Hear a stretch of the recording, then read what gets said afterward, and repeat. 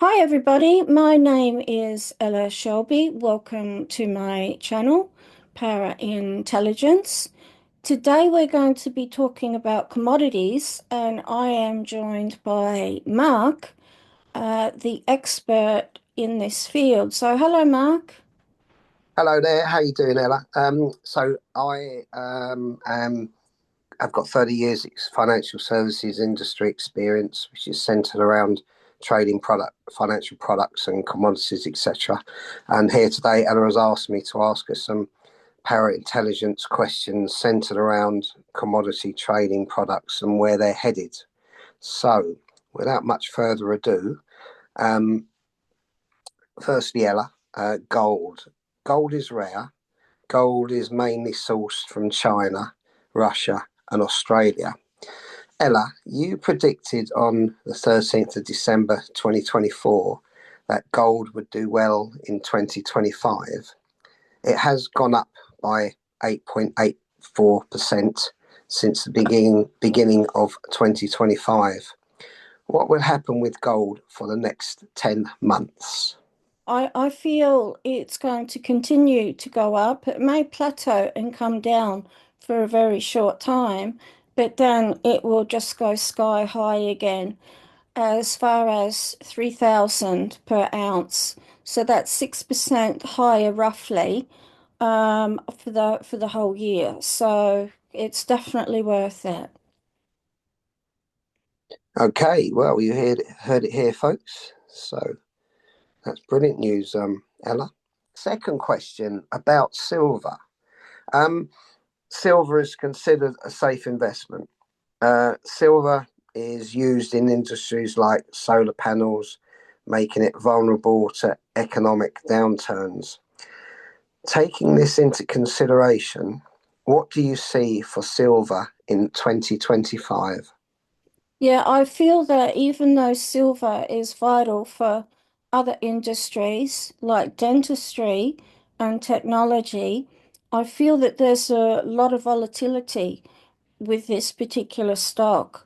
I would only trust a trained broker to even attempt if you're going to invest in this particular stock.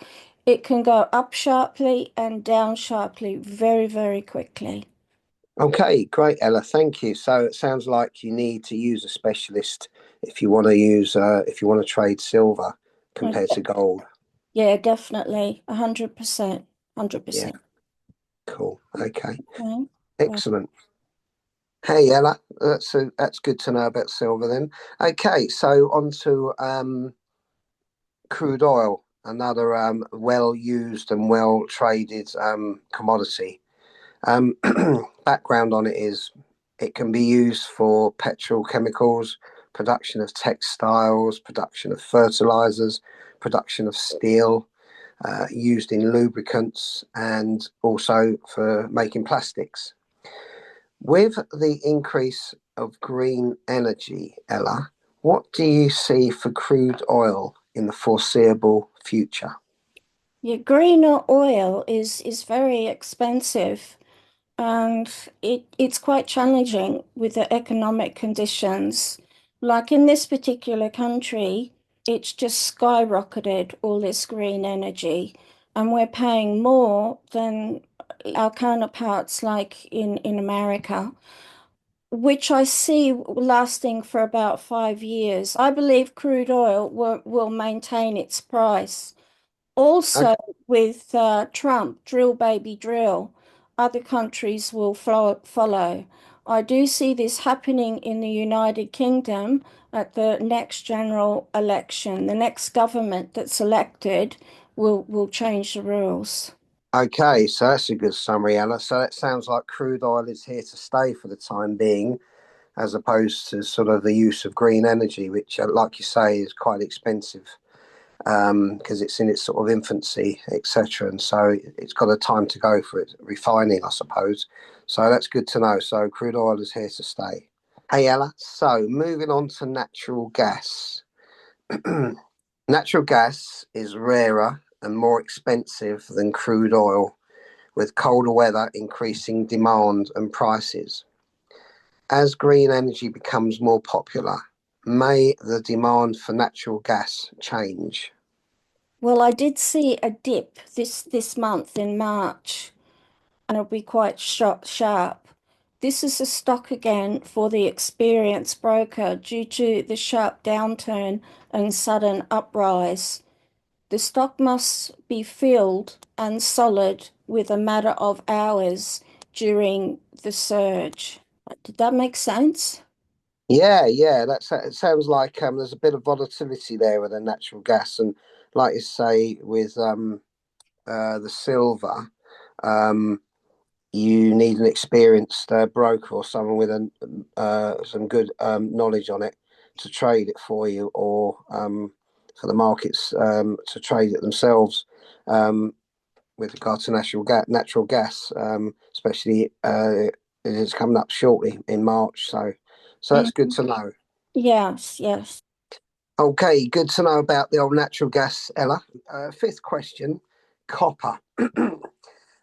It's used in many things. It can also be used for electrical wiring, piping, roof tiles, industrial machinery as part of an alloy. The health of the local and global economy is the most important for influence on price. What do you see for copper next year?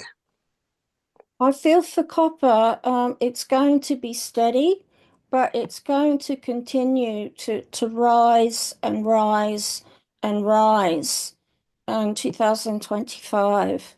I feel it's a good stock to actually look at. Cool. Okay. Well, that's good to know for the investor. It sounds like it's a steady rise during 2025. Like you say, it's got a lot of uses, so it's always going to be popular, always going to be used. So Mhm. it's good to know. That's good to know. Steady rise 2025. It's going Uh-huh. to be equal to gold at some point.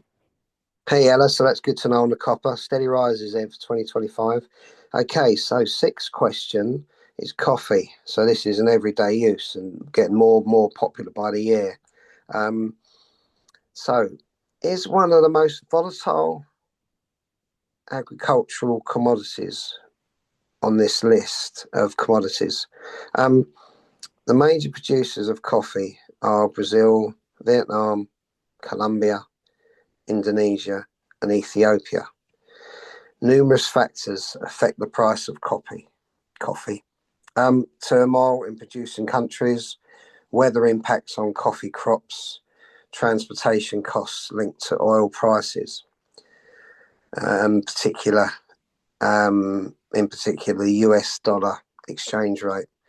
What do you see for coffee considering all these points? I actually feel the US dollar will bring the price of coffee down over the next 10 months. Market volatility, I can see with this particular stock. And we've also got to consider the wars that are ending as well. I do see volatility with this one. But already said, I do see the Ukraine war ending, which will help as well. That's what I see. Okay, so that's cool. So the average consumer of coffee will hopefully get a cheaper latte in the oncoming months and year or so then. So that's good news for them probably. Yeah, that's great news. Hey Alice, so that's good to know about the old coffee. So on to soybean. Um, question seven. Soybeans are protein rich and cost effective, mainly grown in Brazil, China, Argentina, and India. Um, Soybeans also play a key role in making animal feed, meat substitutes, soybean oil. It's a substitute for milk and biodiesel. Soybean, is it going up or is it going down? Been on a downward trend, but I feel it will start to go up slowly in 2025. So it is a stock that I would definitely look at for this year. Should be going up gradually. So that's good to know. Thank you, Ella. Cool, cool. So yeah, Ella, moving on to iron ore, question 8 now. Iron ore is abundant, easy to mine, and historically stable in price. However, increased demand from China's urbanization led to a shortage and rising prices in 2020.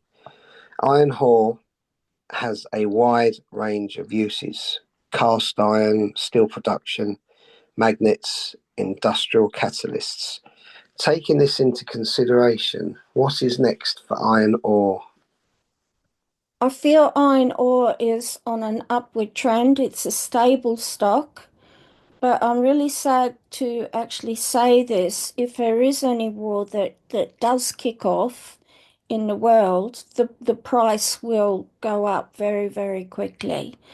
But we all want peace. So hopefully, it will be stable. Okay, so there you go, folks. Iron ore stable as it generally is.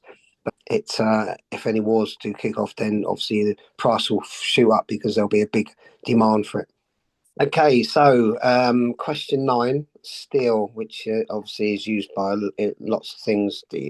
Ella, um, steel is made from iron ore and carbon, sometimes with elements like manganese and tungsten in. It can also be recycled using electric arc furnaces. Steel is relatively inexpensive, strong, and widely used. Its price typically depends on economic output and other influencing factors. What is going to happen with steel? Yeah, the price of steel will continue to rise for the next 20 years due to geographical developments, the ending of the war in Ukraine, hopefully in Gaza, because I do see Gaza being sorted as well, and other areas worldwide that need redevelopment. This is also due to the development of technologies, not just in the UK, but in the USA and worldwide as well. Now, it will completely skyrocket out of the blue if there is any war. But like I said, we just want peace because that's the way we're all heading. Great, thanks for that. Let us know about the price and how potential war can affect it. And how all the areas, all the conflicts around the world, particularly Gaza and Ukraine, are sort of intertwined with it. So Yeah, that's sort of good knowledge and good to know. yes, yes.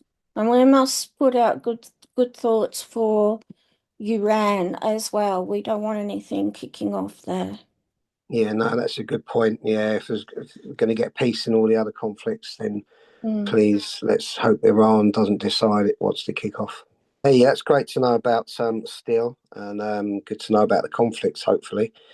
Well done, Ella. Okay, so lastly, question 10 about another commodity. It's very widely used, corn. Um, it's widely produced and used. Corn is used to make food products, animal feed, biofuel, industrial products. Corn, is it going up or down for the next 10 months? I actually feel it's going to go down.